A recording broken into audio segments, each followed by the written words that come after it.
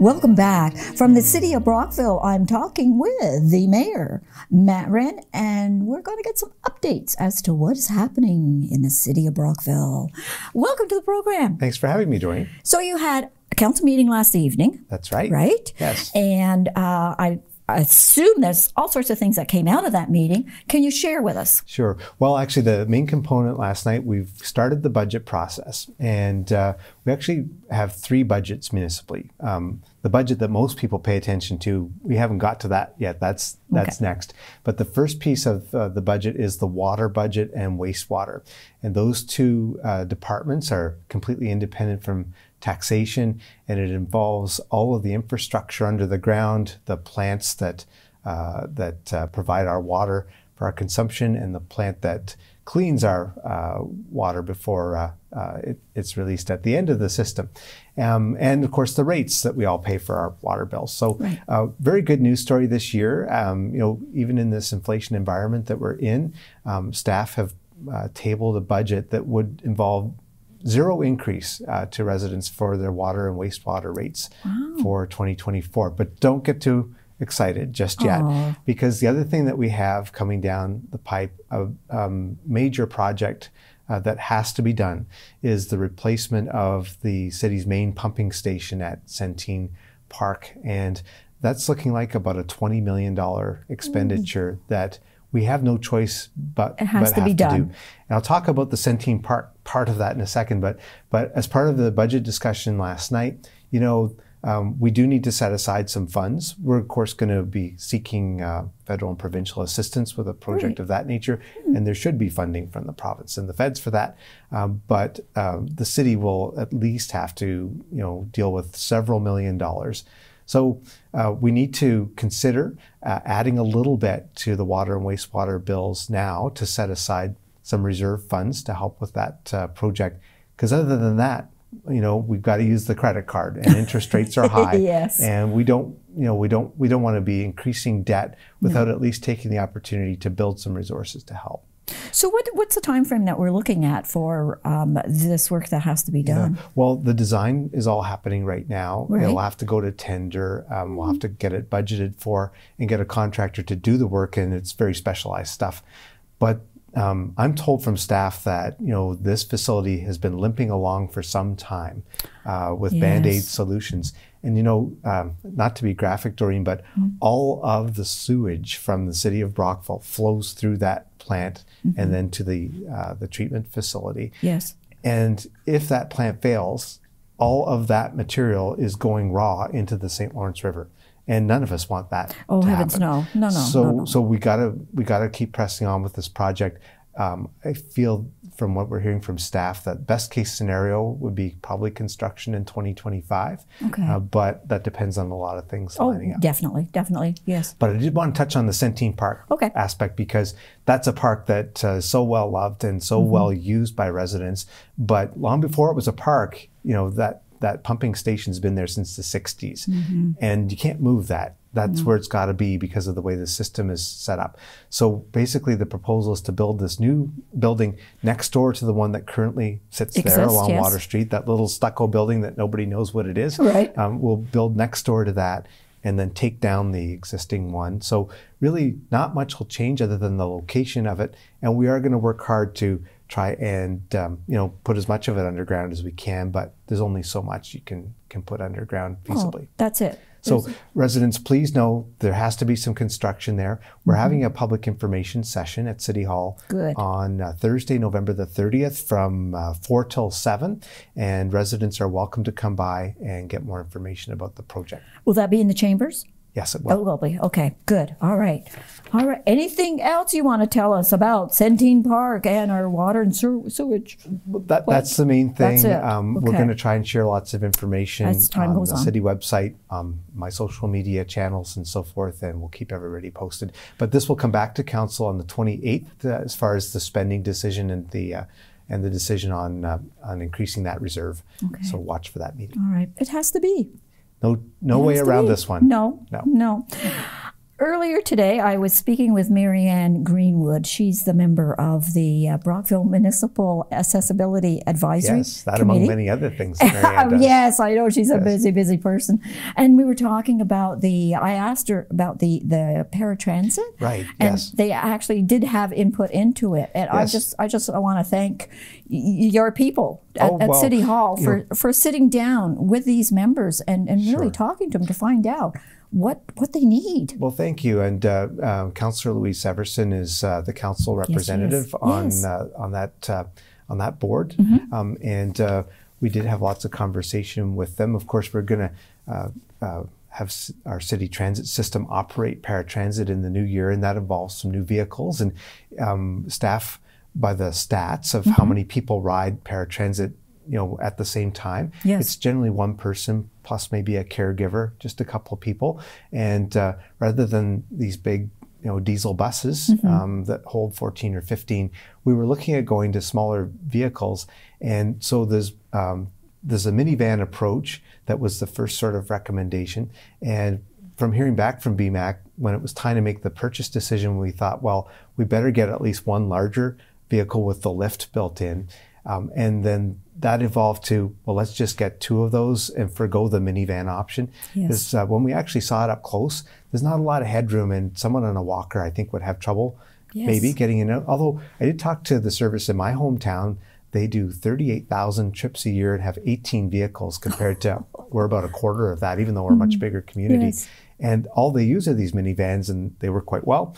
But with all these changes, and people at that stage of life don't need any more disruption than necessary, right? And safety was a big issue. Yeah, well, they're all safe vehicles because they have to meet federal standards, Yes, right? yes. So anything we were choosing met the federal safety standard. But the in-between size vehicle, it's bigger than the minivan and a lot more headroom, but just not as big a seating capacity as the buses.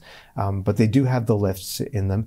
And at the end of the day, that seemed to be the best answer, and council unanimously decided to go that direction. Good. So there we are. But I just want those that use that service to know how important it is to us that the transition goes smoothly. We're going to have a dispatcher answering the phone, which hasn't been the case in a while, so it'll be easier to book and get through to a person to make your bookings rather than leaving messages. And the type of vehicles, they'll be here a few weeks ahead so that we can make sure that they're operating the way they should. And we're going to be paying very close attention in January to make sure everybody's well taken care of. And I imagine BMAC will be right there saying, absolutely. Well, oh yes, okay. We're together in this, and we want to make sure it works and well. as I said, it's nice to hear that City Hall is actually going to these committees and asking for input. Absolutely. It's imperative, really. Yeah, well, that's why we have a counselor as part of that committee. We want to have close communications there. Okay. Let's talk about tourism. Yes. Explain to me, because I don't understand why the city wants to incorporate tourism. Right. Why? It's a little bit like the paratransit decision. There was a time when municipalities could enter into some sort of an arrangement, a contract, and just carry that on.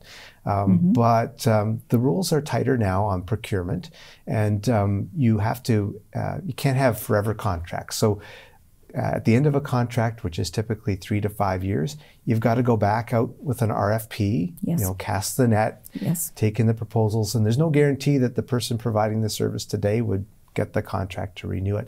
So what you end up with is disruption. And the same was happening with tourism. The Chamber of Commerce did an excellent job for 16 years. We had to renew, we had to put it out to RFP. They didn't end up being awarded the contract. So we had a big transition 3 or 4 years ago. And it's so hard on the sector to have that unreliability. And the new approach that many municipalities are taking are creating these municipal service corporations to do a whole lot of different things. But one thing you can do with it is tourism, because the destination accommodation tax we earn about $500,000 a year in that revenue stream, but cities themselves can't spend that. But you can if you set up this sort of arm's length corporation that we'll create for tourism. Now that doesn't mean that we'll be seeking the private sector's help to do certain pieces. So we'll be able to put out RFPs for marketing or different aspects. But finally, we'll have some stability with the management of tourism, that there won't be this every 3 to 5 year changeover. So yeah, this year, it's going to have to be a transition year. Should be easier this time though, because under the last contract, it was spelled out that the city owned all the assets that were created, like websites and social media channels. So basically, that'll all just move over. We're about to recruit the staff that will operate tourism. And yes, it'll take a couple months at the beginning of the year to get everything up and running, not unlike it did when the Aquatarium took over a few years ago. But this should be the last transition for a long time. Good. Glad to hear that. Brockville Sports Dome. Yes. Status on that. What's happening? Yeah, exciting project. So this is a grassroots community group came forward. Not only did they come forward, they've, as far as I understand it, they've raised a lot of capital to build a dome. And this dome discussion happened before I was involved with council years ago. Unfortunately, that project didn't work. But they've approached the city saying, if you can provide land, we'll provide the dome. So we're working through that discussion with them right now. The ideal place to put it will take out a soccer field that's highly used. So we need to make sure we can relocate that soccer pitch to another part of Memorial Field. And then we have to create an agreement between the city and the organization that will be created. That will build the dome. So great project, very excited about it. Devil's in the details, and we're working through those details right now. Awesome. There's something that I don't understand, and it's the Brockville Public Library. There was an announcement whereby there's a person, they received federal funding to engage a person for decolonization coordinator and Indigenous ways. I don't understand what that's all about. Do you? Well, I think you could have a more thorough conversation with the library CEO about that, because I wasn't privy to that grant application or the library's board's sense of direction on this. While we appoint the board, they operate under their own provincial legislation, and that board makes all the decisions of the programming and the operation of the library. Okay. Personally, I find that kind of terminology that's a little bit popular in society in some circles these days is very divisive. You know, I try to stay up on these sorts of conversations, and I've just noticed a number of Indigenous people themselves commenting on social media that the colonization and settlers and so forth are terms that they don't like to use because they feel they're divisive. And I think that there's a different approach to the conversation around truth and reconciliation that can be more inclusive and accomplish more. But I guess, and I've talked to our member of parliament about this as well, you know, the federal government promised Indigenous communities that they would be provided with clean water long before now.